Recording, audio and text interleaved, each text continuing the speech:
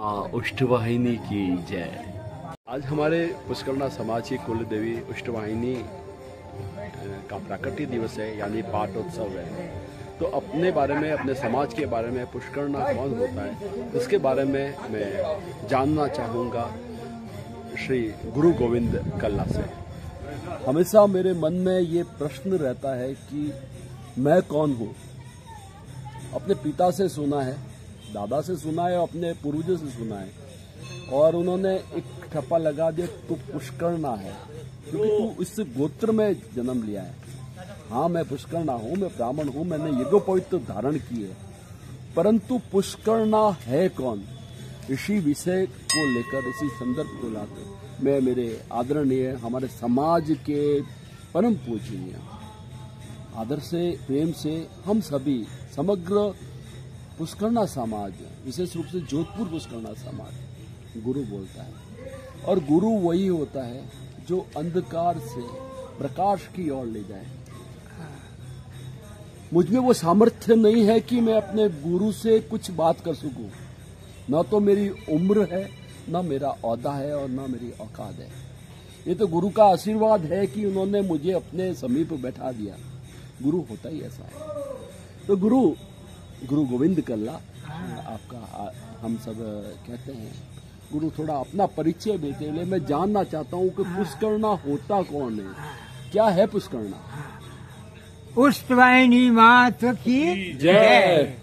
तो ये जो है हमारे, आपने बहुत अच्छा प्रश्न किया। पुष्करणा बाद में आता है, पहले इसका नाम है पुष्टिकरणा। धर्म और न्याय की जो पुष्टि करता है उसे पुष्टिकरणा का वरदान माँ लक्ष्मी जी ने दिया। और ये चूंकि हमने उनकी स्तुति की थी तो वे बहुत प्रसन्न होकर के उन्होंने ये वरदान दिया कि आज से आपको उपाधि है, क्योंकि हम हैं तो सेंधवारण्य वाक्षी ब्राह्मण, सिंधु नदी के अरण्यों में तपस्या करने वाले ब्राह्मण।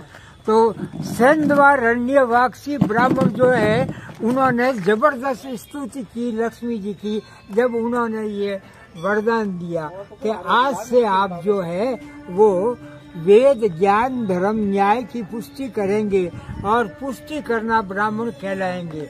तो है ये, इसका सबसे पहले इसका संदर्भ ये है कि ये जो माँ लक्ष्मी जी के जब शादी विवाह का काम चला तो उस समय में सभी प्रकार के ब्राह्मणों को बुलाया गया, जिसमें श्रीमाड़ी और आंगीरस और दादीच और गौड़ और सागदीपी और सबको बुलाया।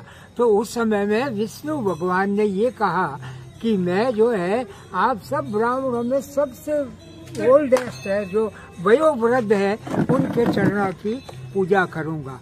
तो उस समय में जो है वो थोड़ा बहुत विरोध हुआ, और उसके बाद में जो है ये शादी विवाह का कार्य जब शुरू हुआ तो उस समय में जो है वो यज्ञ होने वाला था। तो उस यज्ञ के अंदर जो है आंगीरस ब्राह्मण और दादीच और श्रीमालिया ने ये कहा था कि जो है हमारे गौतम जो है वो ब्रह्मा की गादी पर विराजेंगे। जब सेंधवारण्य वाक्षी ब्राह्मणों ने ये कहा कि गौतम जो है पुरोहित हो सकते हैं, यज्ञ पुरोहित बना दो, ब्रह्मा तो ब्रह्मा ही रहेंगे। इस पर बहुत जबरदस्त डिस्कशन हुआ, और उसमें जो है एक दूसरे में, चूंकि ब्राह्मण है तो कई प्रकार की बातें होती है।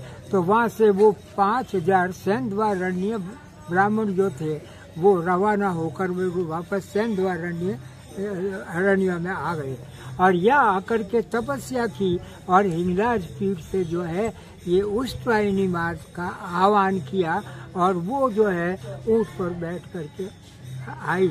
और उन्होंने जो है, इनमें जब शादी होती है तो उस समय में जो लड़की जाती थी वो वहाँ से, ये सिरमाल में था, तो वहाँ से वो गायब हो जाती। अपने टाइम में कहते हैं कि हूँ पेड़ो हाथ ही नहीं खावे, तो वो उस कन्या को सुरक्षित ले जा करके काकुल साहब के सरब के वहाँ पर सुरक्षित रख देते थे। अब उसके बाद में जब क्या हुआ कि राजा पुंज जो है वो घूमता हुआ उधर से आया, तो वहाँ से सिद्धवाड़ी ब्राह्मण सब ये उत्पात देख करके अर्बुदाचल पर्वत पर चले गए थे।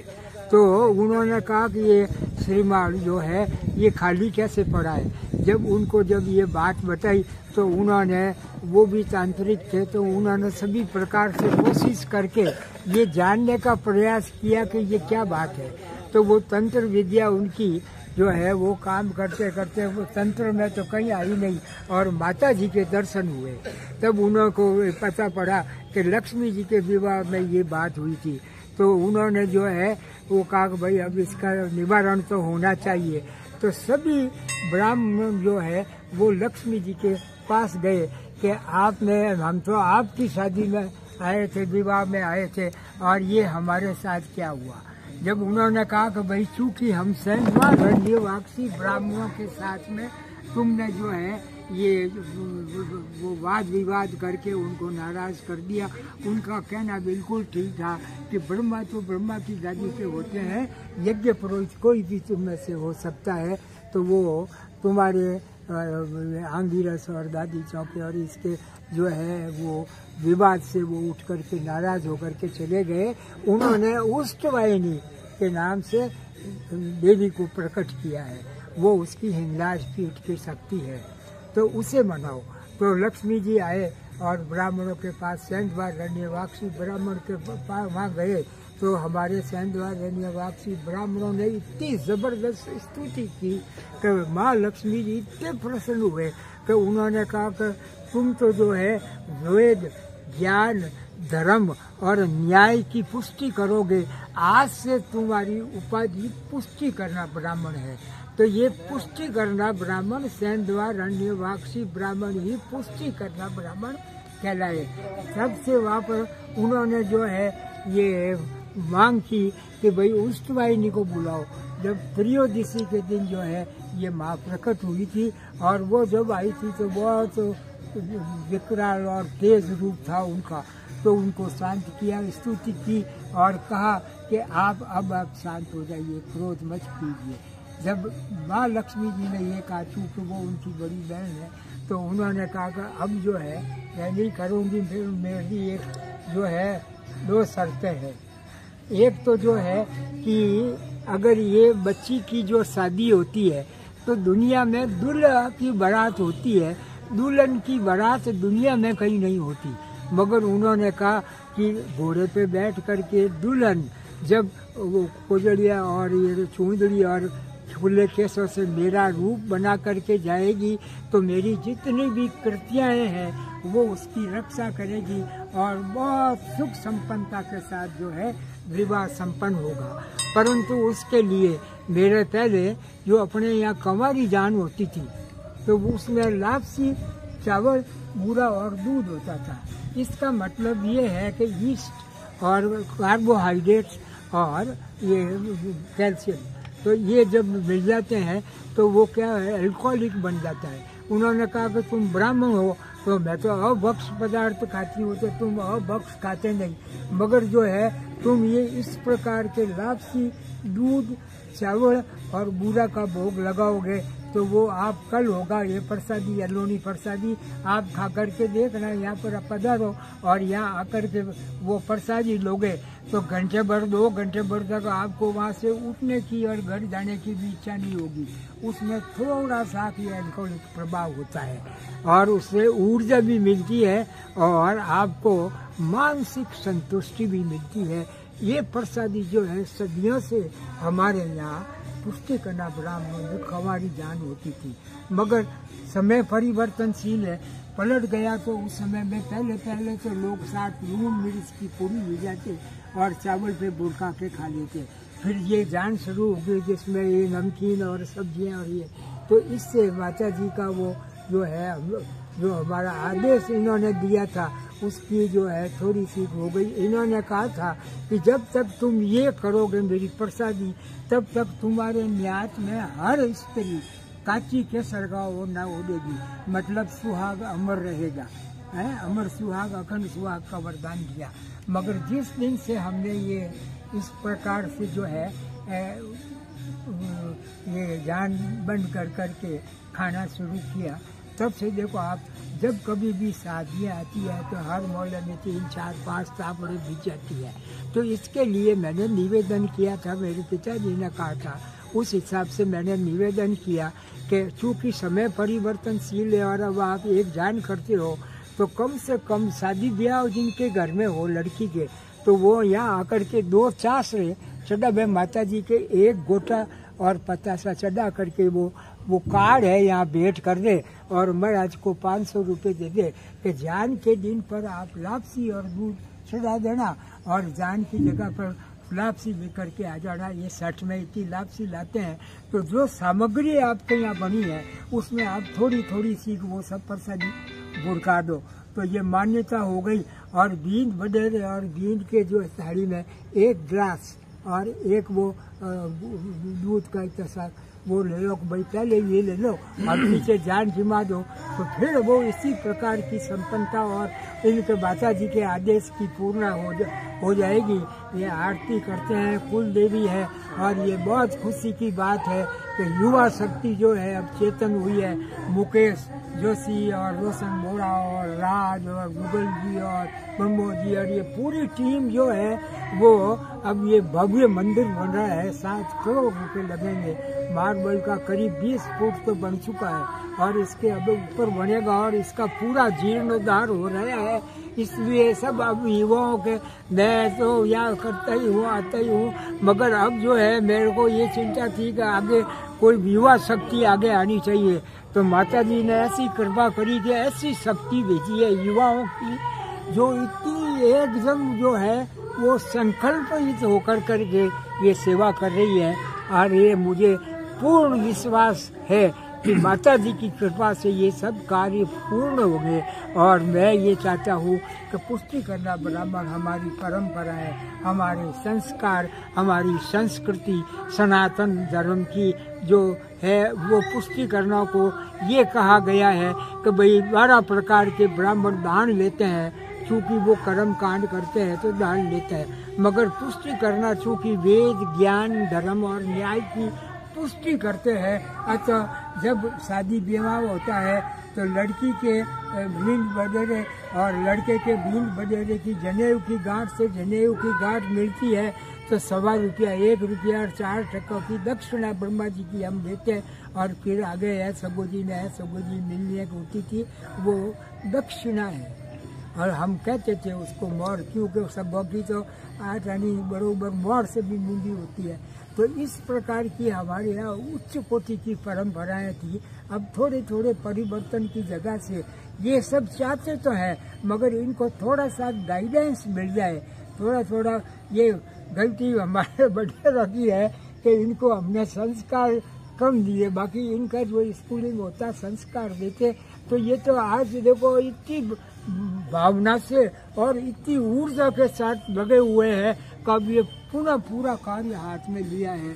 अब ये पूरी न्याय जुट जाएगी। और यहाँ पर तो जहाँ पर मंदिर है, ये घोड़ों की बगीची थी, यहाँ पर तो जाने होती थी। और ये पद वापस हम चाहते हैं कि जब ये मंदिर बन जाए और प्राण प्रतिष्ठा हो जाए तो उसके बाद फिर यहाँ पर सारे इकट्ठे ब्राह्मण होकर के वो ब्राह्मण भोज हो और माता जी की सेवा हो। इन्हीं शुभ जो है वो कामना के साथ मैं ये कहता हूँ कि जो है ये लड़की की दुल्हन की बारात हमारे यहाँ होती है तो उस परंपरा को भी थोड़ा सा निभावे, क्योंकि अटाल डाल करके चूड़ी ओढ़ के कोजलिया ओढ़ के वो घोड़े पे जाती है। अब आप टैक्सी वैक्सी में जाओ तो कोई बात नहीं, परंतु जाकर के फेशियल कराना और ये केस वगैरह तैयार करना, ये थोड़ा सा ध्यान रख करके संस्कृति के हिसाब से करे तो इसमें खूबसूरती है। कोई भी बाहर से आने वाला ये विचित्र चीज़ देखे तो भाई देखो दुल्हन की बारात, वहाँ पर उसके बाद में ही दूल्हे की शादी होती है, उसके पहले दूल्हा घर ही बैठा रहता है। ये हमारे यहाँ की इतनी बड़ी परंपरा है। लोग आज महिला सशक्तिकरण की बात करते हैं, हम तो 5000 वर्षों से ये परंपरा निभा रहे हैं कि जो है जहाँ पर नारी की पूजा नहीं होती उसको लक्ष्मी का रूप मान करके हमारे यहाँ कभी भी पति पत्नी नहीं होते, हमारे यहाँ अर्धांगिनी होती है। आधा भाग तो पुरुष का और आधा भाग स्त्री का, मतलब आधा तो महादेव और आधा पार्वती। इसलिए अर्धनारीश्वर की कल्पना हमारे यहाँ देखने को मिलती है। और ये कल्पना कहाँ से आई, मैं अगर थोड़ा सा इससे थोड़ा सा आपको बताऊं कि पहला जीव जो पैदा हुआ उसको अमीबा कहते हैं। उसमें मेल और फीमेल दोनों सेल होते हैं, तो वो अर्धनारीश्वर का रूप है, वो समुद्र में पैदा हुआ। तो ये अर्धनारीश्वर का कंसेप्ट ही है। आज वो बिग बिन जो बन रहा है उसमें भी नटराज की मूर्ति सबसे पहली लगी हुई है। तो हमारे यहाँ कभी भी यज्ञ कर्म होता है, ये देखो यज्ञशाला बनी हुई है, तो यज्ञ में बिना पत्नी के कोई भी पुरुष यज्ञ नहीं कर सकता।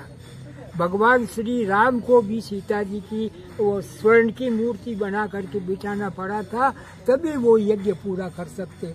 तो हमारे यहाँ तो इतना बरोबरी का महत्व है, क्योंकि हमारे यहाँ दाम्पत्य सशक्तिकरण का कंसेप्ट है। महिला सशक्तिकरण एक चक्का बड़ा और एक छोटा, ये तो हो नहीं सकता। तो हमारे यहाँ अर्धांगिनी मतलब दोनों बराबर, तो उसको जो है वो उसको हमारे यहाँ इसको दाम्पत्य जीवन कहते हैं। तो ये दाम्पत्य सशक्तिकरण का रूप लिए हुए पुष्टि करना ब्राह्मण आज भी उसी परंपरा को निर्वहन करते हुए बराबर जो है युवा पीढ़ी को भी वो संस्कारित कर रहे हैं। और अब जब युवा जाग गया है तब ये इनकी ड्यूटी है और ये बड़ी ऊर्जा से जब काम कर रहे हैं तो ये आने वाली पीढ़ी को भी संस्कारित करेगी और हमारी परंपराएं हस्तांतरित करेगी। इन्हीं मात की जय। आज जो ये गुरु ने जानकारी दी है वो निश्चित तौर पे अपनी पुष्करणा ब्राह्मणों की आने वाली पीढ़ी के लिए बहुत हितकारी सिद्ध होगी। और आनंद जी, आपने जो आज रिकॉर्डिंग की है ये पूरी आवासीय पटल पे जो आप इसको दिखाएंगे तो निश्चित रूप से पूरी आने वाली पीढ़ी का बहुत उद्धार होगा इससे। और मैं सबसे रिक्वेस्ट करता हूँ कि इसको ध्यान से सुनें और इसको अपने जीवन में उतारें, तो बहुत सबको फायदा होगा। तो आने वाली पीढ़ी के लिए बहुत बहुत शुभकामनाएं, मंगल कामनाएं। पुष्पवाहिनी मात की जय। जय हो। एक शुभकामनाओं के साथ मैं एक बार फिर आपसे निवेदन करूंगा कि आप मेरे साथ सब मिलकर के एक साथ बोले जोर से, पुष्पवाहिनी मात की जय।